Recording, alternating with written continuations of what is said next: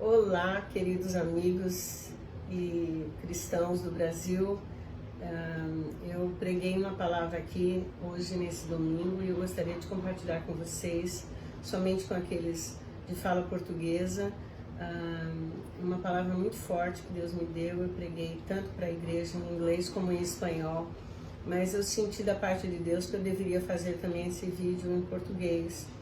Se alguém tiver interesse depois até em adquirir ou pedir os PowerPoints ou os slides que eu preparei, você pode pedir para o meu e-mail isescalheiros@gmail.com e eu posso enviar para vocês, tá bem? O Senhor tem me mostrado uma palavra que está em Atos, capítulo 3, e Ele tem falado comigo sobre templos de refrigério. Templos de refrigério vindos da presença do Senhor. E eu creio que templos de refrigério só podem vir da presença de Deus. Especialmente agora, nesse momento em que nós estamos passando por essa crise global na saúde, também na economia, vários problemas acontecendo nas casas, nas famílias. Todos nós podemos usar um pouquinho de refrigério, né? Todos nós seríamos abençoados se tivermos esse refrigério da presença do Senhor.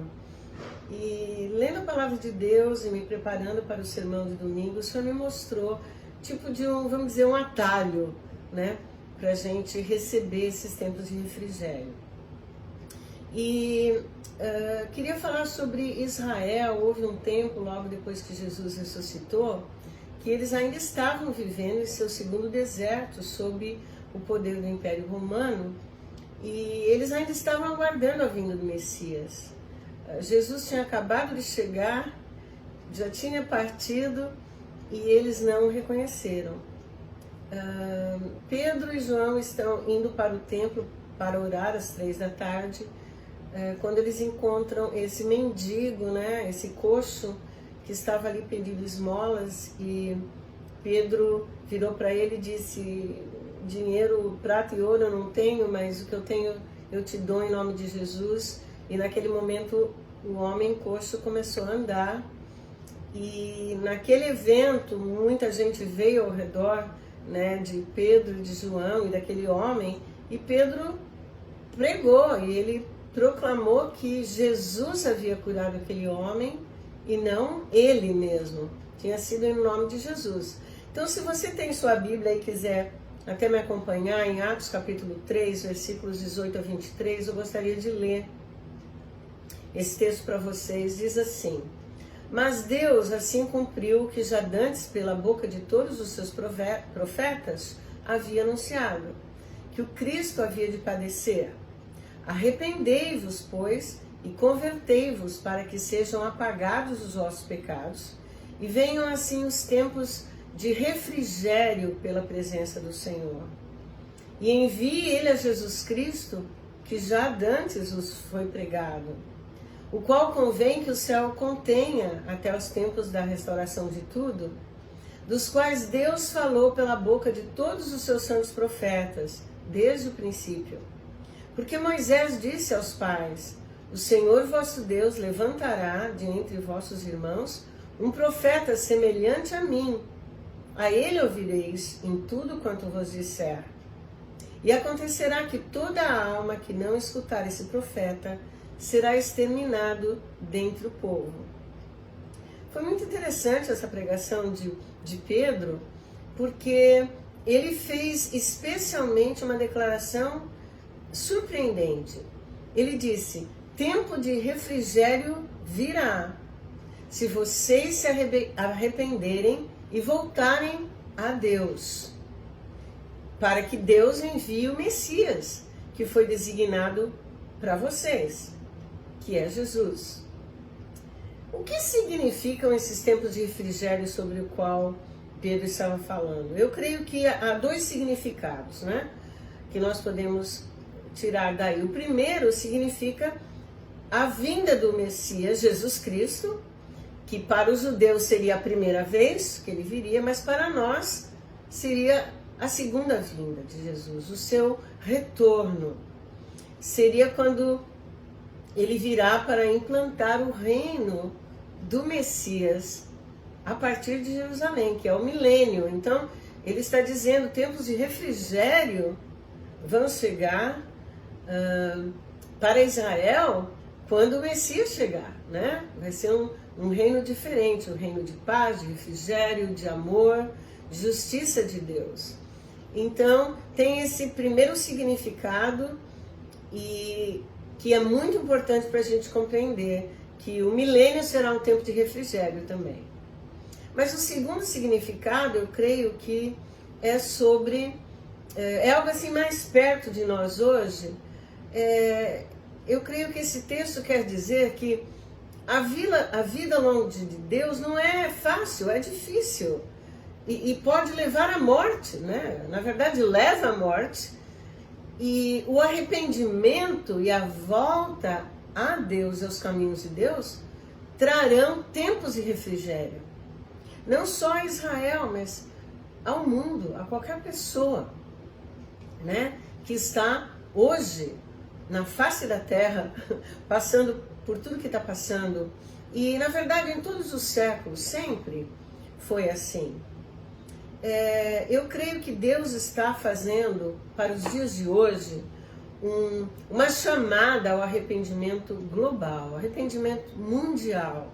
Eu chamaria globalização do arrependimento. O Senhor está chamando o mundo inteiro a se arrepender e a se voltar para Ele agora, a consertar os seus caminhos. Deus está nos chamando ao arrependimento de nossos pecados pessoais, os pecados das nossas famílias, os pecados da igreja brasileira, da igreja mundial, os pecados das cidades onde estamos, os pecados da nossa nação brasileira e de todas as nações. Sabe, eu creio que essa é uma forma bíblica de nós lidarmos com essa situação.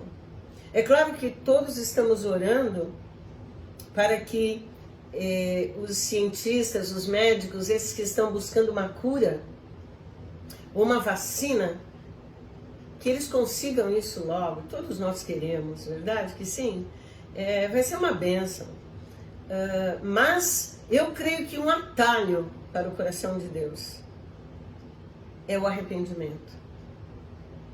De acordo com a palavra dele, virão tempos de refrigério. E eu preguei aqui para Houston, dizendo que Houston tem que se arrepender dos seus pecados. Eu preguei aqui para que os Estados Unidos se arrependessem dos seus pecados. Há muito pecado que sai daqui e vai para todas as partes do mundo. Infelizmente, os Estados Unidos têm se tornado uma fábrica de pecados, de exportação de pecados, de ideias, de uma moralidade imoral que Deus não aprova. Mas eu queria falar agora com o Brasil. Brasil, você é uma bênção em tantas maneiras, mas também tem provocado a ira de Deus de outras maneiras e necessita se arrepender e mudar os seus caminhos. Temos que nos arrepender em nome das nossas cidades brasileiras e do nosso país. Temos que nos arrepender do consumo de drogas, do tráfico de drogas, do tráfico de armas, da violência contra as mulheres, dos abortos, do racismo, do abuso sexual, da imoralidade sexual, do amor ao dinheiro, da pedofilia, da corrupção na política, do jeitinho brasileiro de tirar vantagem, do alcoolismo, da falta de pudor diante dos nossos próprios filhos, das palavras mentirosas que têm sido ditas, da fake news do Brasil, dos ataques dentro das próprias casas do governo, do levante contra aqueles que o Senhor colocou sobre o nosso país. Brasil, você precisa se arrepender. Eu não estou falando de política aqui, não quero politizar esse vídeo. Mas os nossos caminhos têm que ser mudados. Como nós provocamos a ira de Deus nesse último carnaval. Sempre o carnaval provocou a ira de Deus. Mas esse último, eu nunca vi tanta blasfêmia. Tanto ridículo a que foi colocado o nome do Senhor Jesus. Brasil, você precisa se arrepender. Como eu disse antes, nossa nação é uma bênção. Mas sem arrependimento não haverá tempos de refrigério. A Bíblia diz que sem arrependimento não há remissão de pecados. Sabem, houve uma cidade que provocou tanto a Deus com seus pecados no passado, está registrado na Bíblia. Havia tanta violência, tanta crueldade nessa cidade, que Deus enviou um profeta para alertá-los a se arrependerem, e o profeta não quis ir. O profeta fugiu da presença de Deus, foi acabar no fundo do mar, no ventre de um grande peixe, porque ele não queria pregar nessa cidade. Ninguém tinha um chamado para uma cidade daquela,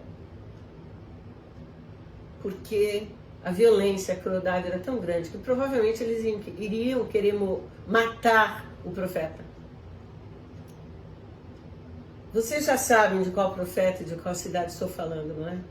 Estou falando de Jonas, o profeta, que foi enviado a Nínive. Em sua misericórdia, Deus deu ainda 40 dias para eles se arrependerem, ou ele destruiria a cidade. Eu vou ler para vocês, está em Jonas 3, de 1 a 4. E veio a palavra do Senhor segunda vez a Jonas, dizendo: levanta-te e vai à grande cidade de Nínive e prega contra ela a mensagem que eu te digo. E levantou-se Jonas e foi a Nínive, segundo a palavra do Senhor. Ora, Nínive era uma cidade muito grande, de 3 dias para ser percorrida. E começou Jonas a entrar pela cidade, caminho de um dia, e pregava, dizendo: ainda em 40 dias e Nínive será destruída. Versículo 5, a gente vê a resposta da cidade de Nínive, a pregação de Jonas. E os homens de Nínive creram em Deus e proclamaram um jejum e vestiram-se de saco, desde o maior até o menor. A cidade toda creu em Deus e se arrependeu. Eles até proclamaram um jejum, até as crianças e os animais jejuaram. 100% de resultado. Que ministério fantástico, não é? Quantos de nós, líderes, pastores, gostaríamos de ter um resultado de 100% em um dia de pregação? Uma cidade inteira se arrependeu. Em Jonas capítulo 3, versículos 6 a 8, continua dizendo: esta palavra chegou também ao rei de Nínive, e ele levantou-se do seu trono e tirou de si as suas vestes e cobriu-se de saco e sentou-se sobre a cinza e fez uma proclamação que se divulgou em Nínive pelo decreto do rei e dos seus grandes nobres, dizendo: nem homens, nem animais, nem bois, nem ovelhas provem coisa alguma, nem se lhes dê alimentos, nem bebam água, mas os homens e os animais sejam cobertos de sacos e clamem fortemente a Deus e convertam-se cada um do seu mau caminho e da violência que há nas suas mãos. Foi impressionante a reação desse rei, desse líder, né, da cidade de Nínive. E eu queria relatar 4 pontos importantes dentro desse decreto que ele fez. Primeiro, as pessoas e os animais deviam jejuar e estar cobertas com pano de saco. Segundo, eles deveriam pedir urgentemente a Deus. o perdão, porque era algo urgente. O tempo estava se acabando. Terceiro, eles deviam deixar os seus maus caminhos e de verdade se converterem. Não era uma coisa rapidinha, uma mágica de algumas horas só para impressionar Deus. Uma transformação dos caminhos era necessária. E quarto, eles deveriam esperar a compaixão de Deus. E eu queria falar aqui uma palavrinha sobre a palavra profética, as funções de uma palavra profética. Quando Deus dá uma palavra profética, a gente vê isso muito na Bíblia, ela vem com um propósito de Deus, divino, para restaurar uma condição, uma vida, uma situação e reconciliar o homem com Deus. Essa é a intenção de toda a palavra profética. Deus não quer destruir a humanidade, Deus não quer que o homem se perca. Mesmo quando a palavra profética vem com um julgamento, ela vem, mas ela ainda dá uma oportunidade aos homens, ainda dá uma chance para eles se arrependerem.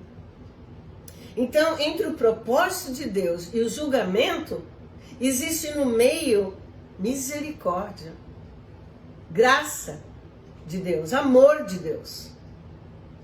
Porque Ele não quer que ninguém se perca. Então, voltando lá para Jonas, no versículo 9, o rei diz assim: quem sabe se voltará a Deus e se arrependerá, e se apartará de nós e do furor da sua ira, de sorte que não pereçamos? Esse rei, claro, não conhecia Deus, mas ele meio que apostou, quem sabe Deus vai se arrepender, né? Ele vai voltar atrás quando ele vir que nós estamos obedecendo a sua palavra.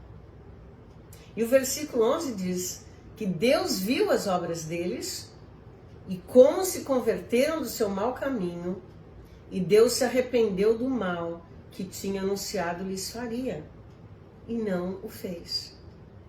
Então eu queria aqui dar para vocês um segredo desse atalho para receber de Deus esses refrigérios, para receber de Deus o que nós estamos pedindo dele no momento, que é uma cura para o mundo.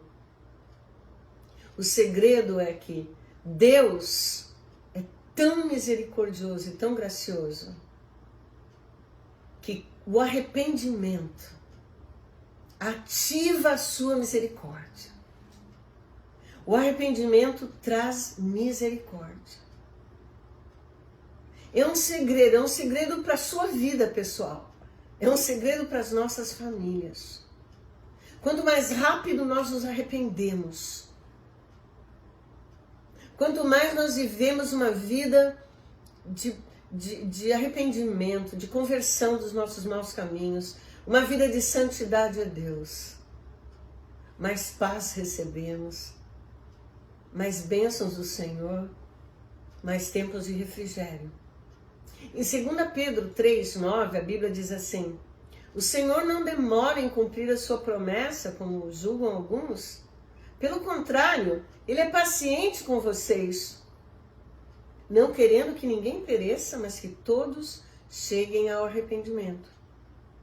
2 Crônicas 30, versículo 9, a parte B, diz assim: porque o Senhor vosso Deus é piedoso e misericordioso, e não desviará de vós o rosto, se vos converterdes a Ele.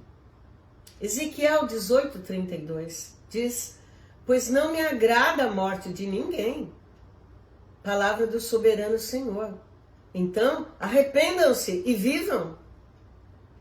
Provérbios 28:13. O que encobre as suas transgressões nunca prosperará, mas o que as confessa e deixa alcançará a misericórdia.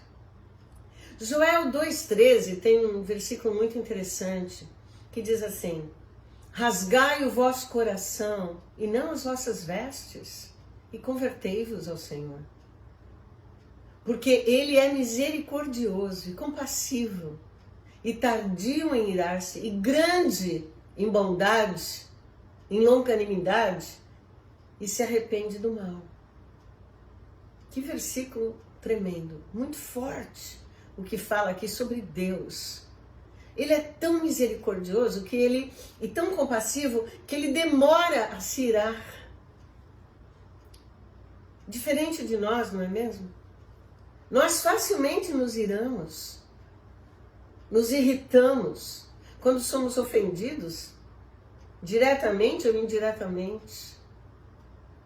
Nós nos irritamos, nós demoramos para perdoar, nós somos tardios para perdoar, mas rápidos para nos irarmos. O Senhor Deus não. Que lindo. Ele é tardio em irar-se. Ele tem essa capacidade, por isso ele é Deus.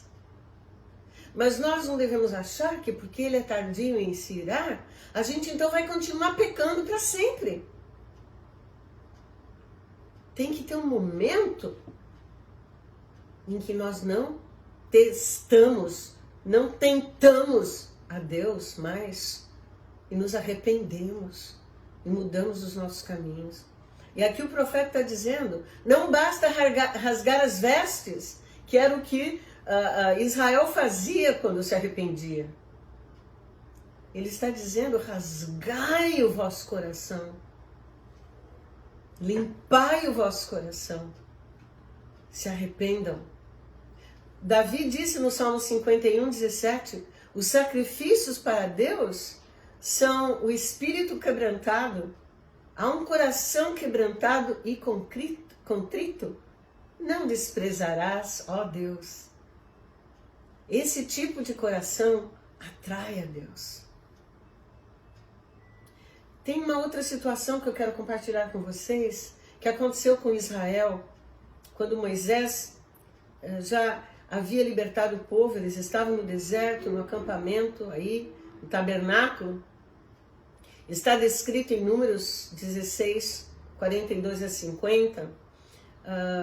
Israel havia sido liberto da escravidão, mas logo se rebelou contra Moisés, Arão e contra Deus.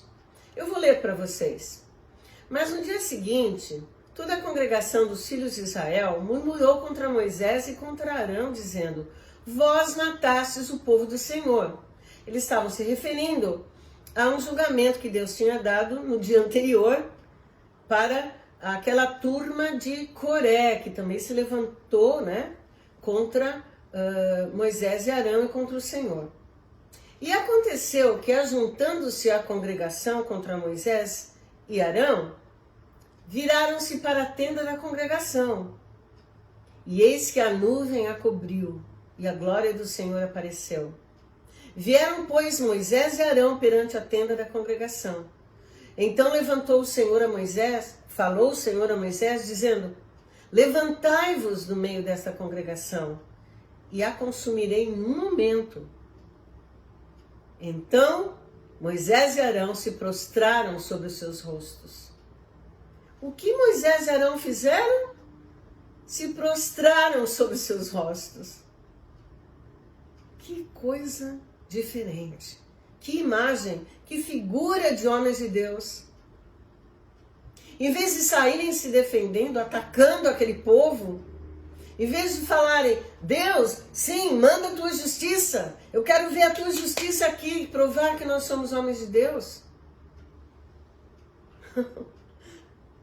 Eles não fizeram nada disso.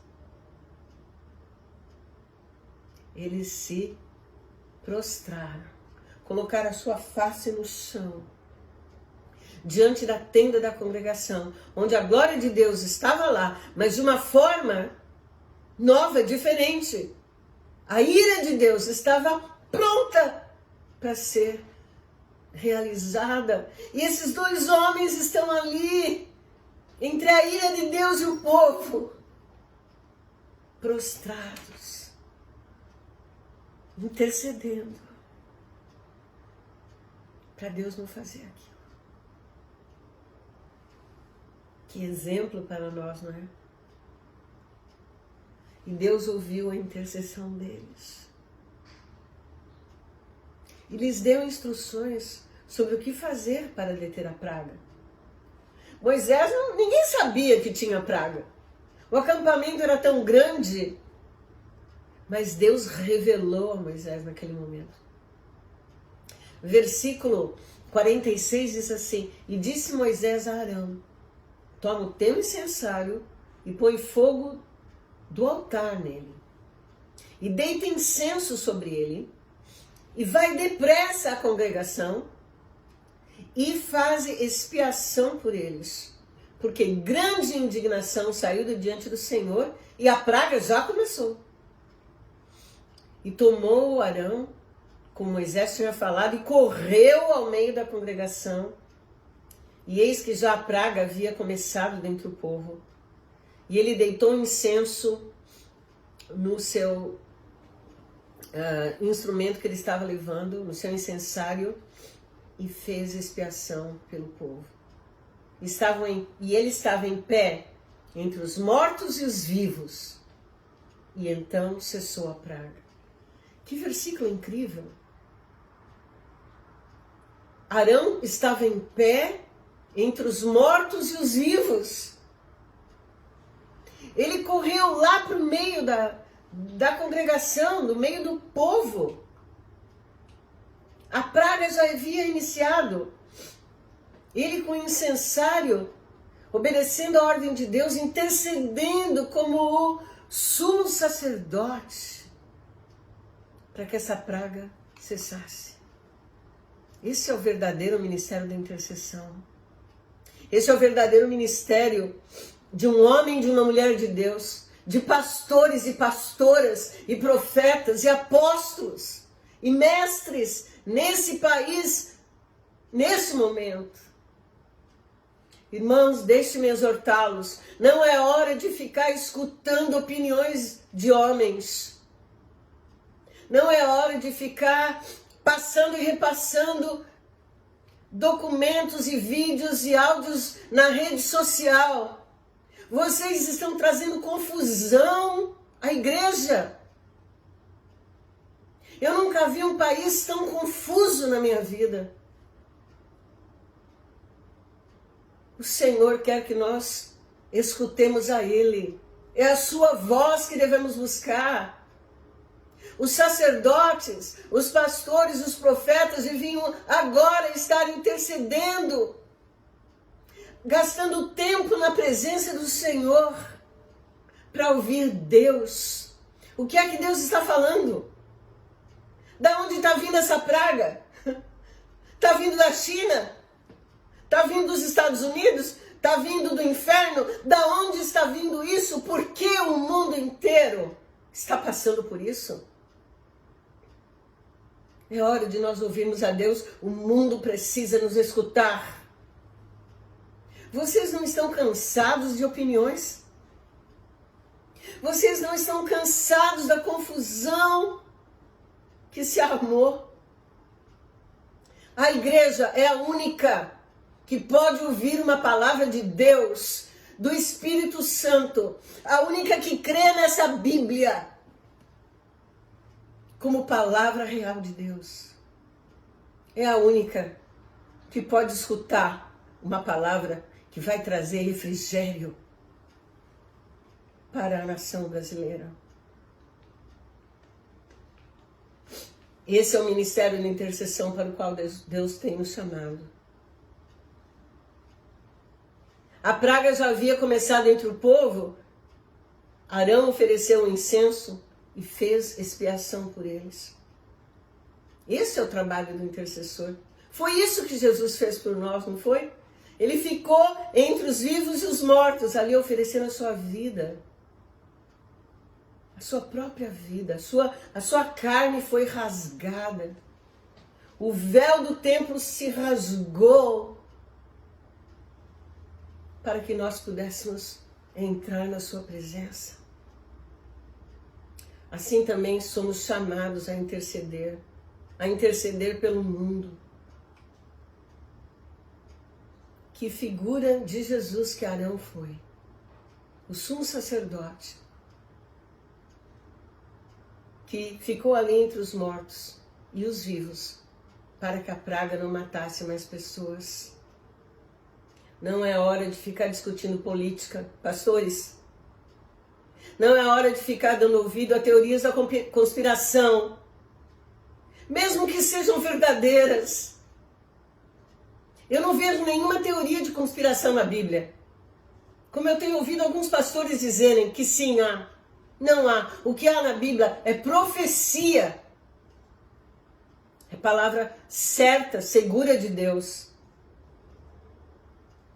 Palavras que vão se desenrolar, é claro, nos acontecimentos.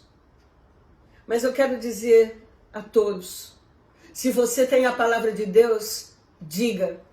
Se foi apenas um sonho, por causa da sua própria preocupação, por causa do seu partido político, fique quieto. Foi assim que Deus falou ao profeta. Aquele que tem apenas um sonho, se cale. Mas o que tem a palavra de Deus, a minha palavra, fale. Essa geração da igreja tem uma responsabilidade tremenda de pregar a palavra de Deus. Eu pessoalmente creio, pelo que eu estudo nas Escrituras, que nós estamos no período das dores. E o arrebatamento da igreja pode estar muito perto. Mas o importante é entender que se nós formos a geração do fim dos tempos, nós temos muito a fazer, nós temos muito a pregar, nós temos muito a orar. Nós temos que testemunhar sobre a vida de Cristo, que Ele está vivo. Afinal, se você estudar o livro de Atos, você vai ver que a pregação número 1, o tema principal da pregação da igreja primitiva foi: Jesus ressuscitou. Esse é o nosso chamado. Infelizmente, lá com Moisés, ainda morreram da praga 14.700 pessoas. Fora os que tinham morrido pela causa de Coré no dia anterior.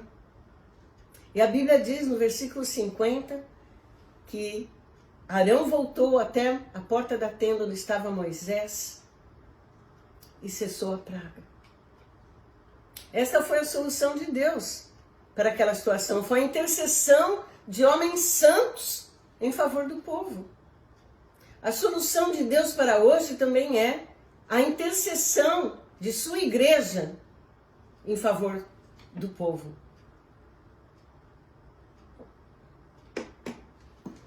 Vamos interceder? 2 Crônicas 7,14 diz assim: e se o meu povo, que se chama pelo meu nome, se humilhar e orar e buscar a minha face, e se converter dos seus maus caminhos, então eu ouvirei dos céus e perdoarei os seus pecados e sararei a sua terra. Você também já deve ter visto esse versículo repetido inúmeras vezes nas redes sociais. Mas nós estamos fazendo isso? Igreja, você está fazendo isso? Não basta colocar na internet. Nós temos que dobrar nossos joelhinhos e realmente temos que nos arrepender e interceder diante de Deus. 1 Pedro 5:5b diz assim: sejam todos humildes uns com os outros, porque Deus se opõe aos orgulhosos, mas concede graça aos humildes. Não adianta querer brigar para querer ganhar. Não adianta ter o seu orgulho na frente de todos. Você só vai conseguir a oposição de Deus. O que você quer, Brasil? A oposição de Deus ou a graça, ou o favor de Deus? Sabem, Deus é tão misericordioso que Ele não pode resistir quando as pessoas se arrependem. Quando as pessoas se humilham diante dEle. A sua misericórdia é ativada dentro do seu coração, porque assim Ele é. Tiago 4:6-10 diz assim: antes, Ele dá maior graça, portanto diz: Deus resiste aos soberbos, mas dá graça aos humildes. Sujeitai-vos, pois, a Deus, resisti ao diabo, e ele fugirá de vós. Chegai-vos a Deus, e ele se chegará a vós. Alimpai as vossas mãos, pecadores, e vós de duplo ânimo, purificai os corações. Senti as vossas misérias, lamentai e chorai, convertei-vos. Converta-se o vosso riso em pranto, e o vosso gozo em tristeza. Humilhai-vos perante o Senhor, e Ele vos exaltará. Queridos, o arrependimento e a humildade produzem o favor do Senhor. Produzem a sua misericórdia, a sua graça a nosso favor. O arrependimento é irresistível para Deus. Ele não consegue resistir. Por isso eu queria fazer uma chamada ao arrependimento. Vamos nos humilhar diante do Senhor, nos arrepender de nossos pecados e dos pecados de nossa família, de nossa cidade, das nossas igrejas brasileiras. Pecados da nossa nação. Quantos pecados as nossas igrejas têm para se arrepender? Tanta heresia, feitiçaria, bruxaria dentro das igrejas. Mentiras, corrupção da palavra de Deus. Vamos nos arrepender.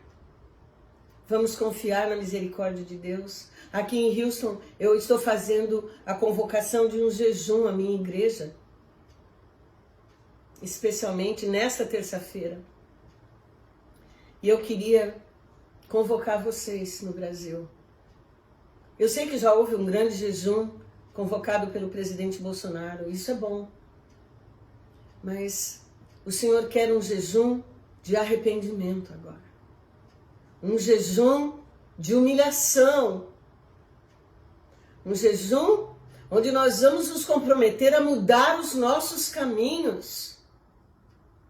Uma pessoa por vez, uma família a cada vez, uma cidade a cada vez.